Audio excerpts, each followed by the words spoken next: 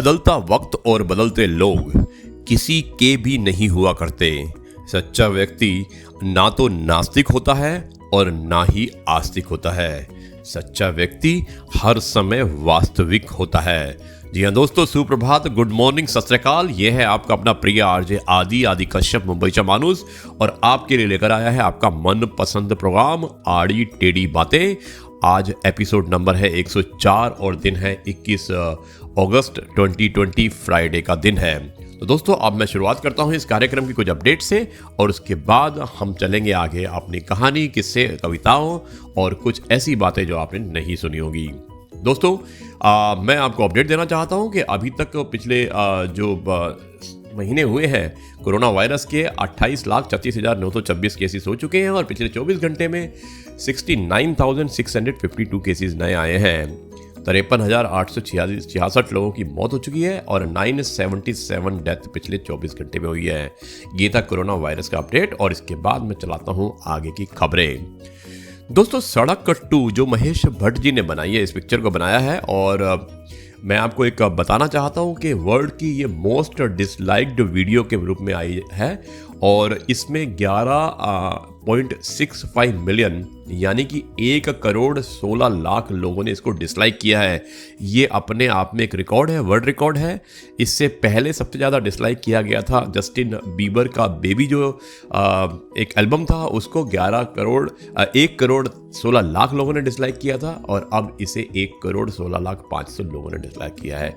तो दोस्तों ये अभी नंबर 2 पर आ चुका है। मतलब सड़क मूवी जो सड़क 2 मूवी है, इसको काफ़ी लोगों ने कहा है, बहिष्कार किया है। रीज़न कुछ भी हो सकता है, लेकिन ये अपडेट है सड़क 2 का। दोस्तों सौम्या टंडन जो कि भाभी जी घर पर है की मुख्य कलाकारा थी, उन्होंने इस शो को छोड़ दिया है। आपको मालूम होगा कि मिस्टर धोनी जो कि भारतीय टीम के कैप्टन थे, उन्होंने इंटरनेशनल क्रिकेट से संन्यास ले लिया है और प्रधानमंत्री मोदी ने इसके लिए पूरे देश को कहा है कि उन्होंने कहा है कि पूरा देश आपका आभारी रहेगा जो आपने कंट्रीब्यूशन दिया है भारतीय क्रिकेट में। दोस्तों अब मैं इस कार्यक्रम को आगे बढ़ाने की आपसे इजाजत चाहता हूँ। यह है आपका अपना प्रिय आरजे आदि कश्यप मुंबईचा माणूस और आपके लिए लेकर आया है आपका मनपसंद प्रोग्राम आड़ी टेढ़ी बातें।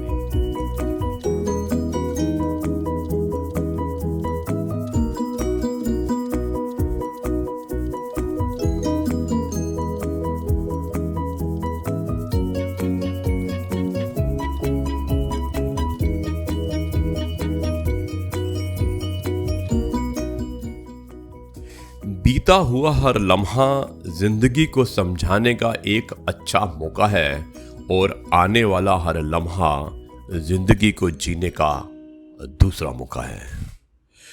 दोस्तों संबंध वर्षा जैसा नहीं होना चाहिए जो बरसकर खत्म हो जाए, बल्कि संबंध हवा की तरह होना चाहिए जो खामोश तो हो मगर आपके सदैव आस पास हो। बहुत सी गलतियां हुई जिंदगी में, लेकिन जो गलतियां लोगों को पहचानने में हुई उनका अफसोस सबसे ज्यादा है। दोस्तों वक्त अपना होता है तो सब अपने होते हैं और अगर वक्त पराया होता है तो अपने भी पराए हो जाते हैं। हम तुम बैठे ही नहीं एक मुद्दत से संग, हम तुम बैठे ही नहीं एक मुद्दत से संग, यार कहीं कांच के गिलासों को भी लगना जाए जंग। ये एक थोड़ा सा हास्य पद मैंने आपको सुनाया था शेर और मुझे उम्मीद है कि आपको ये पसंद आया होगा और अब मैं इस कार्यक्रम को आगे लेकर चलता हूँ। तो किसी ने यूं ही पूछ लिया हमसे कि दर्द की कीमत क्या है। किसी ने यूं ही पूछ लिया हमसे कि दर्द की कीमत क्या है। हमने हंसते हुए कहा पता नहीं, कुछ अपने मुफ्त में ही दे जाते हैं। दोस्तों अब मैं आपको सुनाता हूं एक किस्सा और मुझे उम्मीद है ये किस्सा भी आपको पसंद आएगा। यह है आपका अपना प्रिय आरजे आदि कश्यप मुंबईचा माणूस और आपके लिए लेकर आया है आपका मनपसंद प्रोग्राम आड़ी टेढ़ी बातें फ्रॉम मुंबई। और आज शुक्रवार का दिन है, 21 अगस्त है और मुझे उम्मीद है कि आज जो इस वीक का आखिरी दिन है आप अपना अच्छी तरह से मनाएंगे। अब मैं आपको एक किस्सा सुनाता हूं। दोस्तों पुजारी और नाई दोनों मित्र थे। नाई हमेशा पुजारी से कहता था कि ईश्वर ऐसा क्यों करता है, वैसा क्यों करता है। यहाँ बाढ़ आ गई, वहाँ सूखा हो गया, यहाँ एक्सीडेंट हो गया, यहाँ भुखमरी चल रही है, नौकरी नहीं मिल रही। हमेशा लोगों को ऐसी बहुत सारी परेशानियां देता रहता है। उस पुजारी ने उसे एक इंसान से मिलाया जो भिखारी था। उसके बाल बहुत बड़े हुए थे और दाढ़ी भी बहुत बड़ी हुई थी। मित्र नाई को कहां देखो इस इंसान को जिसके बाल बड़े हुए हैं, दाढ़ी भी बड़ी हुई है, तुम्हारे होते हुए ऐसा क्यों है? उन्होंने मित्र नाई से कहा। नाई बोला, अरे उसने मेरे से संपर्क ही नहीं किया। तो पुजारी ने भी यही बताने की कोशिश की कि जो लोग ईश्वर से संपर्क नहीं करते हैं या जो लोग ईश्वर से संपर्क करते हैं, उसमें अंतर यह होता है कि जो लोग ईश्वर से संपर्क करते हैं उनका दुख खत्म हो जाता है और जो लोग ईश्वर से संपर्क नहीं करते हैं वो दुखी रहते हैं। जो संपर्क करेगा वो दुख से मुक्त हो जाएगा। तो दोस्तों, इससे यही मैसेज मिलता है कि हमें ईश्वर के हमेशा नज़दीक रहना चाहिए। हमें थोड़ा समय पूजा पाठ और अपने ईश्वर, अपने वाहेगुरु, अपने अल्लाह, अपने जीसस क्राइस्ट को जरूर देना चाहिए, जिससे कि आपकी सोच पॉजिटिव हो जाती है और आपके दुख को भी वो हर लेता है। दोस्तों, अधूरा ख्वाब है तू, मिलने की आस है तू। अधूरा ख्वाब है तू, मिलने की आस है तू, माना कि मुमकिन नहीं मिलेगी तू, फिर भी मेरी एक प्यास है तू, उसी प्यास की आस है तू, लगता है अधूरा ख्वाब है तू, लगता है अधूरा ख्वाब है तू। ख्वाब में अक्सर आती है तू, ख्वाब में अक्सर आती है तू, दिल की तन्हाई मिटा जाती है तू, अब मेरी हर मर्ज है तू, अब मेरी हर मर्ज है तू, हर मर्ज की दर्द है तू, हर दर्द की दवा ही है तू, हर दर्द की दवा ही है तू, एक अधूरा सा ख्वाब है तू, एक अधूरा सा ख्वाब है तू, मिलने की आस है तू। दोस्तों, यह है आपका अपना प्रिय आरजे आदि कश्यप, मुंबईचा माणूस, और आपके लिए लेकर आया है आपका मन पसंद प्रोग्राम आड़ी टेढ़ी बातें। और अब आपको इस कार्यक्रम में आगे बढ़ते हैं और आपको मैं सुनाना चाहता हूं अपने इस कार्यक्रम का आखिरी पड़ाव, जो कि कहानी के रूप में होता है। ये सुनाता हूं मैं एक छोटे से ब्रेक के बाद।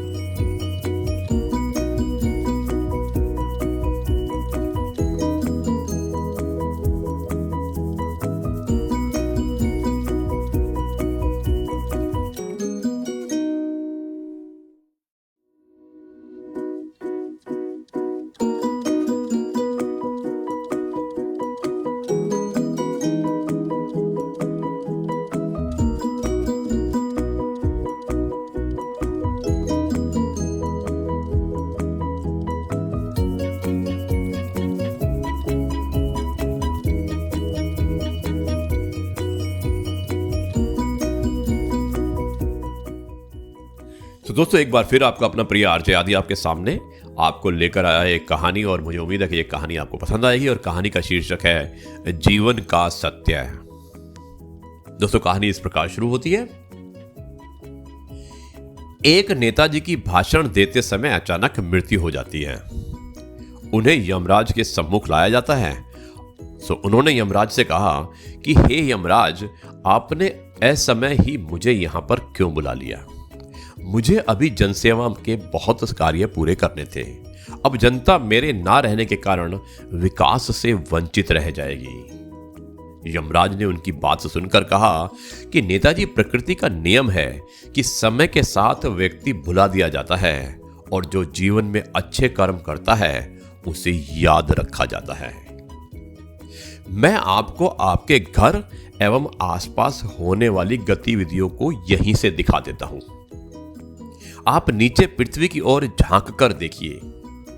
तो नेताजी ने नीचे की ओर झांक कर देखा कि उनके दाह संस्कार के पहले ही घरवाले तिजोरी की चाबियां खोज रहे थे, जिसमें विदेश में जमा करोड़ों रुपयों के कागजात हैं। वो जनता को दिखाने के लिए रो रहे हैं, परंतु अपना समय वसीयत और बंटवारे के संबंध में जानकारी प्राप्त करने हेतु व्यतीत कर रहे हैं। उनके अनुयायी दूसरे नेताओं के चमचे बन गए हैं एवं उनकी जगह कोई दूसरा नेता नियुक्त कर दिया जाता है और वो मन ही मन उनकी मृत्यु से प्रसन्न हो रहे हैं। जो धन व्यापारियों के पास लगा हुआ था वो उसको हड़प चुके हैं। जनता भी उन्हें भ्रष्टाचारी और हरामखोर कहकर कोस रही है। यह सब देखकर नेताजी व्यथित होकर कहते हैं कि हे यमराज, मेरा आपसे विनम्र निवेदन है कि मैंने जीवन का सत्य देख लिया है। मैं अपनी सारी सजाएं भुगतने के लिए तैयार हूं। आप कृपा कर मुझे वापस भूलोक मत भेजिए। मैं भूलोक के पाखंड से अत्यधिक द्रवित हो गया हूं। वहां मक्कारी एवं लापरवाही के साथ और भी बहुत कुछ है, किंतु आपके चरण में केवल सिर्फ आप और आप ही हैं। अतः प्रभु, मेरी प्रार्थना स्वीकार कीजिए और मुझे यहाँ पर रहने का स्थान दीजिए। तो दोस्तों, ये थी कहानी और मुझे उम्मीद है कि ये जीवन का एक कड़ू सत्य है जो आपको समझ में आया होगा, आपको अच्छा लगा होगा। यही एक कटु सत्य है, इसके अलावा कुछ भी नहीं है। लाइफ सच में जब तक हम जिंदा रहते हैं तब तक आपके आसपास लोग रहते हैं और जब आप चले जाते हैं तो सब आपको भूल जाते हैं और वो अपना नया रास्ता देख लेते हैं। तो दोस्तों, मैं अब इस कार्यक्रम को यहीं समाप्त करने की आपसे आज्ञा चाहता हूं और समाप्त करने से पहले मैं आपको कहना चाहता हूं कि बिखरने के तो लाख बहाने मिल जाएंगे, बिखरने के तो लाख बहाने मिल जाएंगे। आओ हम जुड़ने के अवसर ढूंढे। यह जरूरी नहीं कि हर शख्स हमसे मिलकर खुश हो, मगर हमारा प्रयास यह रहे कि हमसे मिलकर कोई दुखी ना हो। तो दोस्तों, यह है आपका अपना प्रिय आरजे आदि कश्यप, मुंबई का मानुस, आपके लिए लेकर आया था आपका मनपसंद प्रोग्राम आड़ी टेढ़ी बातें, एपिसोड नंबर 104। अब आपसे इस सभा को समाप्त करने की आज्ञा यानी कि अनुमति चाहता है और कल आपसे फिर मुलाकात होगी एक नए अपडेट के साथ, नए किस्से के साथ, नई कविता के साथ, नई कहानी के साथ और एक नई सोच के साथ। तब तक के लिए कहता है अलविदा, नमस्कार, जय हिंद, गुड बाय, वंदे मातरम और जय भारत।